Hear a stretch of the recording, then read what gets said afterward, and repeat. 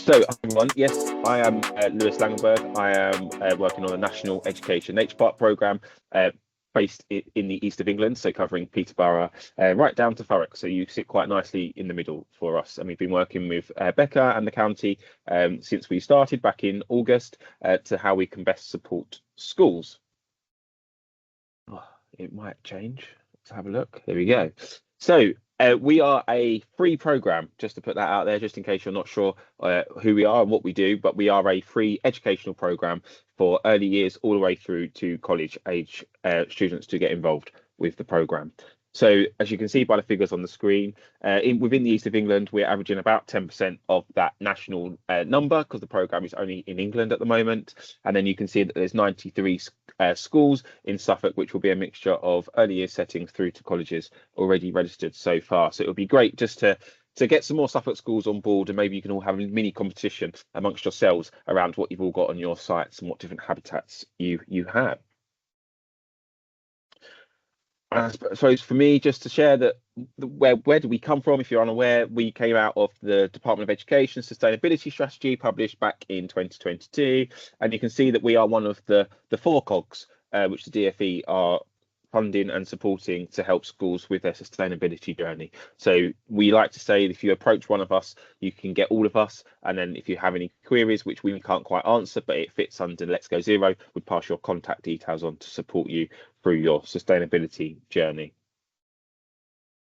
So why should you take part in the nature park if you're not already? It will increase biodiversity across your educational settings. Your students will be taking part in a citizen science project. So all the data which is collected from your site is being put into a paper by Natural History Museum scientists around what does biodiversity look like, and to be given back to the Department of Education to say this is what it looks like. So if all primaries and secondary schools was to get involved with the nature park, change a grey space to a green space, we could create a nature park twice the size of Birmingham. So it's quite a big impact we're hoping to have to improve that biodiversity across England. Hopefully it can enhance your curriculum. So I'm not asking you to now add a additional lesson to your day or try to squeeze something else in. Hopefully this can fit into what you're already doing. We have lots of curriculum aligned resources, lots of units of learning, which is already on the website, which you can sort of delve into and take bits and chunks of it to include in your existing lessons. We also have some digital and green skill tools. So I will touch upon some of the digital tools, and just generally we want to showcase what green skills there are for or green careers there are for students to go into, maybe a different route than maybe thinking just university. And also just generally the improved well-being of young people. So you can see some nice pictures here. This is a school in Leeds, it's Grimes Dyke Primary, who've been exploring their school site, and the head teacher has a real passion to get the children out and exploring. And as you can see, he's also providing the right gear for that as well to make sure they're not getting all their uniform completely dirty.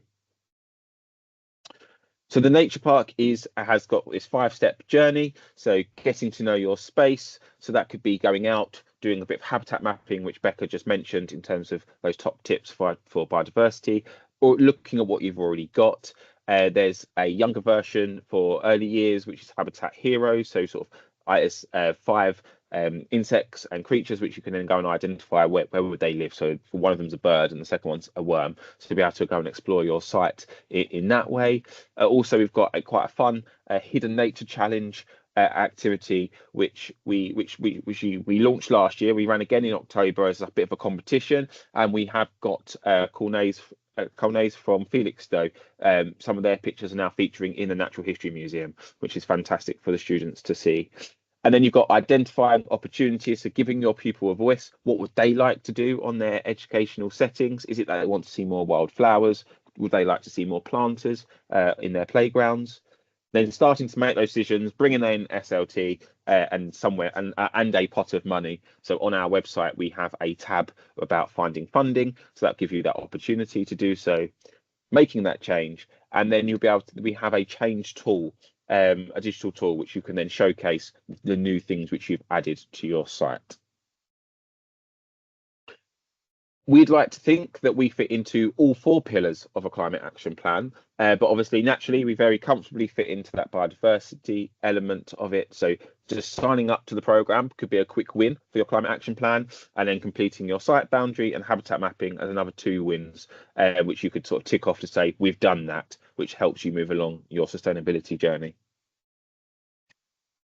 So our digital tools. So these are our 5 digital tools which you can access. And if you're lucky enough to have some tablets in school, we use Survey 123, which is an app you can download, which means you don't need to have Wi-Fi to complete some of the activities. So you can really explore that far-flung part of the field, which you wouldn't necessarily normally, because the Wi-Fi doesn't extend that far.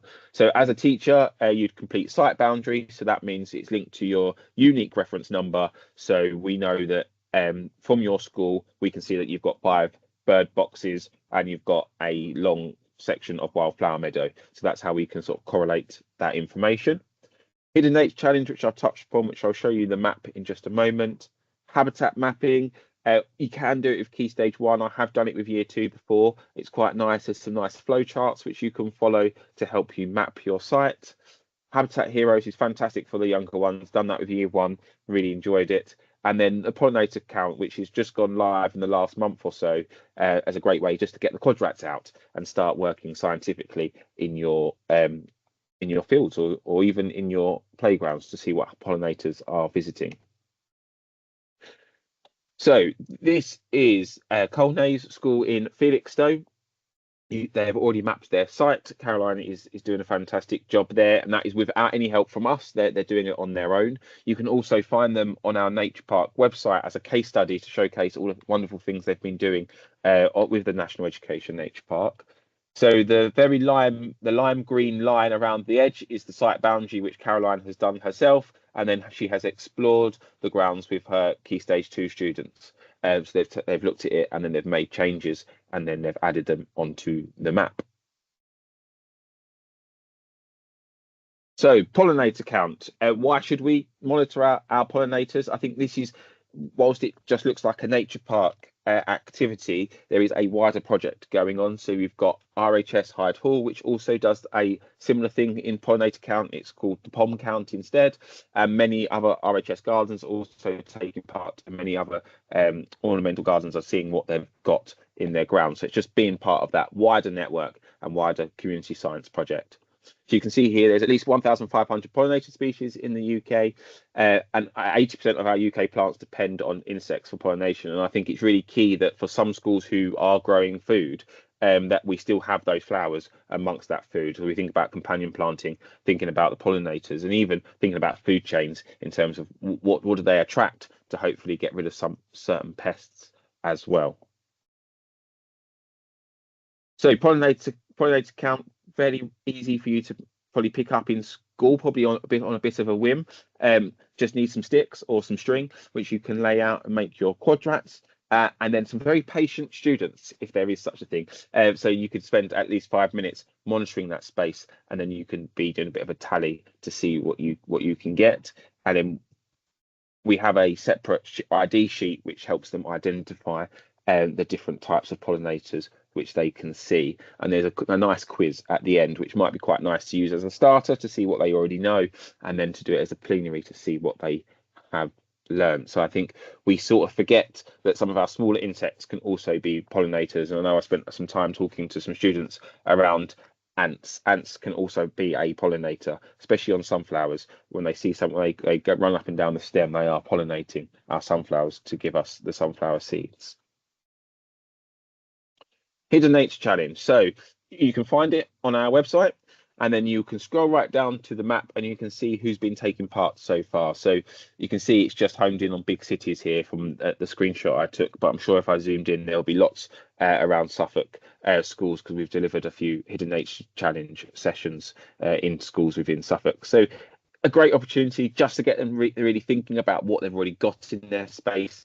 You can see some of the categories along the bottom there. So plant in an unexpected place, a repeated pattern, smallest sign of nature, a space with no nature.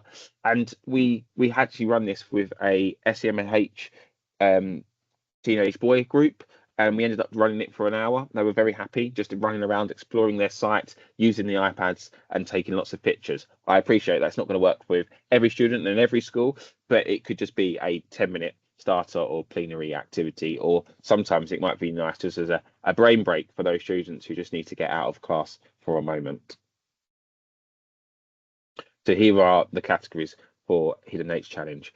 I actually quite like it, doing it with staff. We've run a few insects at different schools, and we've actually run it with staff, and they've actually quite enjoyed just getting out and exploring. Haven't done it for as long as we would with children, but even if they just take one picture, it's just making them stop and appreciate what is around them. So I will send these slides to Becca to share with you guys, so you'll have these post event. But these were just some ideas which myself and my colleagues have come up with in terms of getting out there for the rest of the summer term. So things which maybe seem quite easy, maybe a bit easier to go out and do. I think there is a little bit of lacking some confidence in terms of getting out and doing some of these big outdoor exploration activities like pollinator counts. So it could be something as a bit of colour collecting or a bit of colour matching. So starting off sort of quite gently and exploring. Then you could do some biodiversity bar charts, so just seeing what you've got and hanging up some post-it notes with different categories on. So bringing in your maths element there as well. So thinking we've got a nice bit of cross-curricular learning going on, and then building up maybe to that pollinator count for if you really want to delve in just a little bit more. And then lastly, as I mentioned at the beginning, we have these curriculum resources. We have resources for early years through to Key Stage 4. I know Key Stage 4 aren't showing on here, but there's only so many pictures I can squeeze onto a slide without overwhelming you completely. They've all been quality assured by the Royal Meteorological Society to make sure that we are in line with the climate education teaching, and also we've got our wonderful partners Learning Through Landscapes, who are also supporting us in terms of that delivery and all the best ways we can get outdoor learning successfully into the curriculum. So that's me, bit of a whistle stop tour, and I think before Jen jumps in, Jen talks about the local nature recovery strategy, we fit quite nicely together in terms of looking at habitats and looking at what you could be actually be doing on your site. So I think it's definitely worth paying even more attention to Jen in terms of actually what then is around you to then make those habitat interventions worthwhile and beneficial for your students. So I'm just going to pop in the chat the link to the Nature Park website if you're not registered already. And also I'll just drop in our regional email address for if you have any queries or questions or wanted any further support. Thanks, Lewis. That was really helpful. I'm